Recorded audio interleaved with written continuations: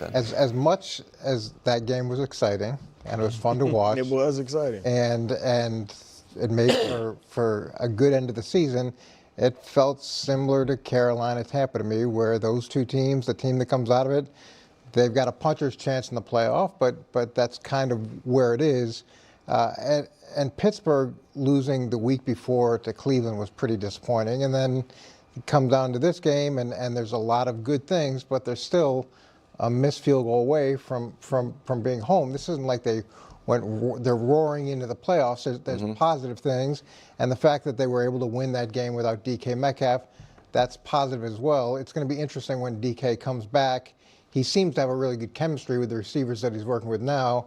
How does DK work into that, and is it a net significant positive? And even if it is, we're talking about a salty defense that can stop the run, that can rush the passer, that can generate turnovers, that can create problems pretty much on every level.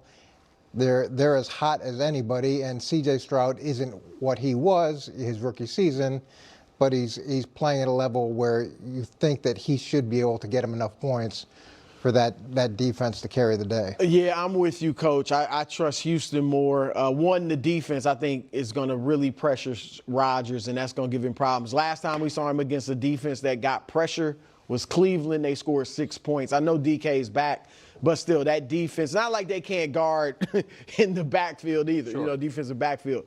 So that they've won, and they're hot. They've won, what, nine straight, 10 of their last 11.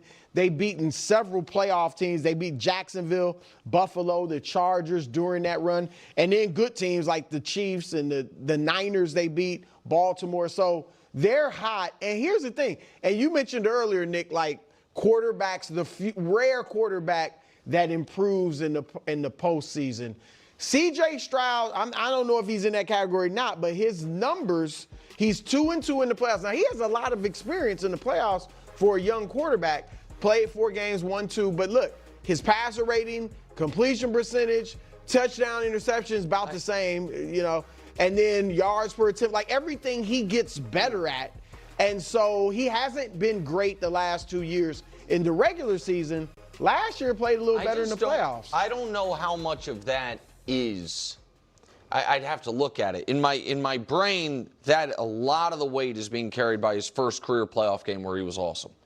Because if I'm remembering it correctly, the second playoff game he played was the loss to Baltimore, right? Where he was just fine. The game last year against the Chargers, that Texans offense was not good. That was about Herbert's 4 interceptions, and then they lost to the Chiefs. So I don't look at when I remember CJ's playoff career, it's not quite Jordan Love's where it's the first great game and then 2 bad games. But I don't think he's been consistently excellent. The numbers and he was okay against the Chiefs. I mean, against the Chiefs, they were fine. So first of all, oh my God, KW, what's our question? Do you trust the Texans or the Steelers more on Monday night? Oh God, Dusty, the graphic. This is not the graphic. It is. You're putting a little too much weight into this one, in my view. Well, all right. The crux of the matter is this. Citing Mike Tomlin's record on Monday Night Football isn't genuine analysis. Similarly, attempting to diminish CJ Stroud's playoff accomplishments by claiming they're inflated from one game is disingenuous. This is especially rich, considering how last year, voices were quick to anoint Baker Mayfield as one of the all-time great playoff quarterbacks after his numbers were similarly boosted against subpar Pittsburgh Steelers and Philadelphia Eagles defenses. I did a full breakdown then, showing how even in those games, his stats were padded by short passes that turned into long touchdowns thanks to yards after catch. It's fascinating, isn't it? That line of critique isn't applied to Mayfield, but for CJ Stroud, suddenly it's the go-to argument. Curious how that works. Very curious. Before I continue, Houston Texans fans, a quick but important request. Please subscribe and watch the video in its entirety. When you do, it makes a tremendous difference.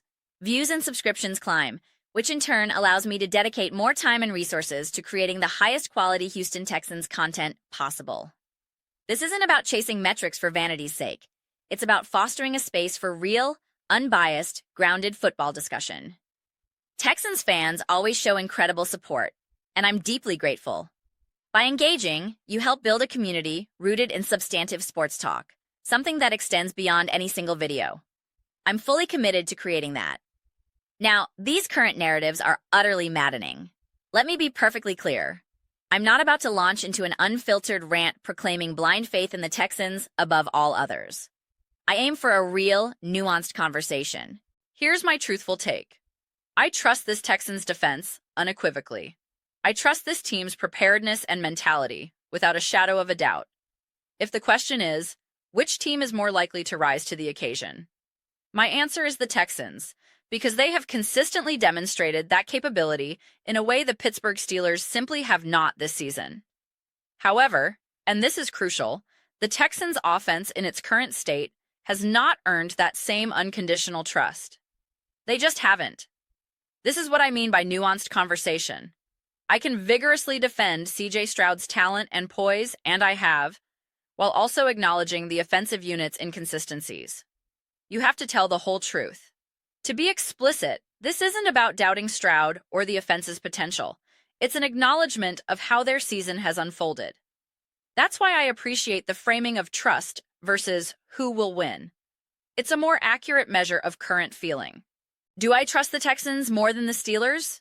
Without a doubt. Absolutely. But a significant part of that trust stems from my belief this will be a defensively dominated contest. I do believe the Steelers' defense can bring a formidable challenge and will make life intensely difficult for the Houston Texans offense. The question is whether they will bring that same intensity on Monday night. My faith in that is less certain, though I acknowledge it's entirely possible. They could cause serious disruption. This is precisely why I can envision a final score like 13-10, 10-7, or 10-9. This is also why I am begging, pleading with the Texans, please, just kick the field goals. Take the points. It will be okay. If you're on the 1-yard line on 4th down, unless you have an absolute guaranteed walk-in touchdown trick play, you kick that field goal. Field goals will be the currency of this game. They will matter tremendously. I'm begging you, please, just kick the field goal. Similarly, any weird plays, special teams miscues, a big punt or kickoff return, where big might simply mean starting at midfield, will be magnified. The mentality must be, secure the advantageous field position, move the chains prudently, burn the clock, and kick the field goal. Being up 9-3 in this environment would feel incredibly comfortable. It might sound strange, but in this context, it's a commanding lead. Maybe this game unfolds in a completely different direction than I anticipate. That's fine. I would, however, be genuinely surprised if this turns into a back-and-forth Aaron Rodgers versus CJ Stroud shootout, given the caliber of the defenses involved. It's a Monday night in Pittsburgh. It will be cold, windy, the ground will be unforgiving. You will feel it in your bones. Both teams will. The Steelers play a violent, physical brand of football on both sides. The Texans, especially on defense, hit with equal ferocity. This will be a game of sustained pain. Someone commented on a previous video, drawing a comparison to the Chiefs game. First, the Chiefs are not a good team this year. Second, that was a close, pressurized game. The final score widened slightly because of aggressive 4th down decisions. That was a tough, grinded-out affair, and I was immensely impressed with the critical plays CJ Stroud made. He and the defense deserved all the credit. But it was a tight contest. If a pass doesn't deflect for an interception, if different decisions are made on 4th down, the margin is even slimmer. That game proved how fine the line is between winning and losing, between 13-10 and 20-10. One bounce, one decision, changes everything. Now, I trust Patrick Mahomes and Andy Reid in 2025 more than I trust Aaron Rodgers and Mike Tomlin. Yet, I wouldn't be shocked to see a similar game to that Chiefs matchup, but even more condensed, more physical, and more intense because it's the playoffs in brutal conditions. And then there's Aaron Rodgers. The man is a football genius. His personal views are irrelevant to this discussion. On the field, his mind is his greatest weapon. I am utterly fascinated to see how his cerebral approach clashes with this elite, aggressive Texans defense. I have loved watching this Houston unit. The intensity, the intentionality, their opportunistic nature, and the palpable fear they seem to instill in opponents. I haven't shared many strong playoff predictions because, frankly, this season feels wide open. But for some reason, I feel a strong conviction about this specific game. It will feel claustrophobic. That's the best word for it. Of course, I could be completely wrong.